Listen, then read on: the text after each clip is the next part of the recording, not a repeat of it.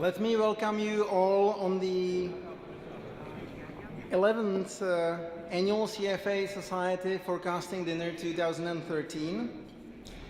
As in many previous years, it's our pleasure to welcome you to these splendid halls of the Czech National Bank to meet other fellow professionals and the VIPs of the profession.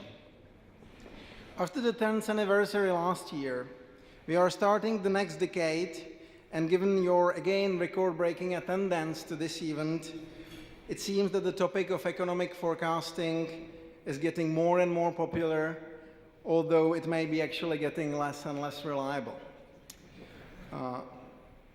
The other explanation could be that we serve a really good food and drinks here. And saying that, I would like to invite you all to start your starters, because we are having very packed night. And I was assured by my fellow board members that it will make no harm if the clinking will be throughout my speech rather than the speech of the keynote speakers, which you should enjoy more. So, bon appetit. It has become a nice tradition that we have performed an exclusive survey regarding the Czech economy outlook together with our PR partners, DBM and PPM Factum Research, highlights of which will be presented later this evening. On the global level this year, CFA Institute performed a global market sentiment survey where almost 7,000 CFA members from all around the world responded. And it seems that the overall attitude is fairly optimistic.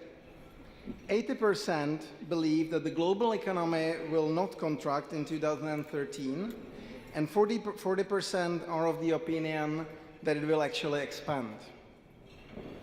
Unfortunately for us here, the second key finding related to regional growth is summarized in the survey as follows. The future looks brighter for local economic growth unless you're in Europe. The European sovereign debt crisis is mentioned as the biggest risk to the capital markets, and 77% of the respondents fear that it will remain unchanged or become actually even worse. Maybe surprisingly, the biggest believers in the easement of the crisis are in Italy and Spain. Well, I'm not sure if exactly the Italian voters got that and supported that idea last week. I'm not going to get into further details of the survey. The survey results could be downloaded in full from the CFA Society Forecasting Dinner webpage link, a link to which you will be emailed tomorrow morning. But let me highlight just one more interesting finding. What factor has contributed most to the current lack of trust in the finance industry by the CFA members globally? The vast majority, 56%, named the lack of ethical culture within financial firms. That makes our mission of the CFA Institute and the CFA Society to lead the investment profession globally by promoting the highest standards of ethics, education, and professional excellence for the ultimate benefit of the society ever more important. Just a small note here for the Czech environment. For the benefit of the society, it's not the benefit of us as a CFA society, it's meant the general society, but I just wanted to highlight it.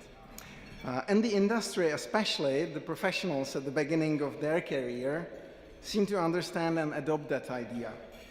Despite the crisis, CFA Society Czech Republic has welcomed a record-breaking number of 24 new members who completed the exams, ethical, and experience requirements.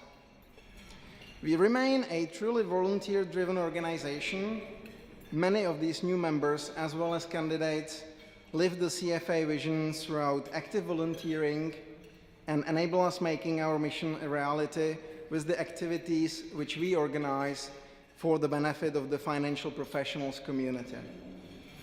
Only with their support, we managed to achieve truly outstanding milestone in our short history, such as co-hosting of the CFA Institute European Investment Conference at the end of 2012, which took place for the first time in the Central and Eastern Europe, and which became one of the most significant events in the Czech financial sector last year.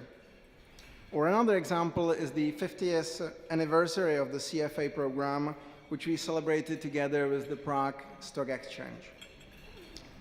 The most outstanding society award 2012, which our society received last year from the CFA Institute, is just an icing on the cake.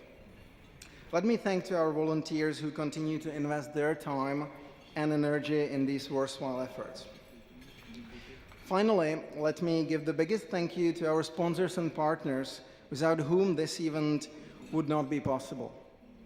Ernst & Young is our biggest and longest serving sponsor, who's been with us for all forecasting dinners since 2002, joined by ING Investment Management since last year, and CSOB Asset Management from this year.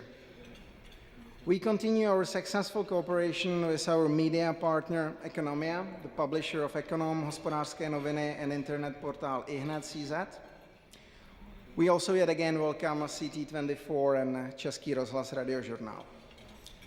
Let me give thanks to the Czech National Bank, which allows us to organize this evening at this wonderful place, and especially the governor of the Czech National Bank, Miroslav Singer, who gave us not only his auspices again this year, but also who actively supported us in the event's organization.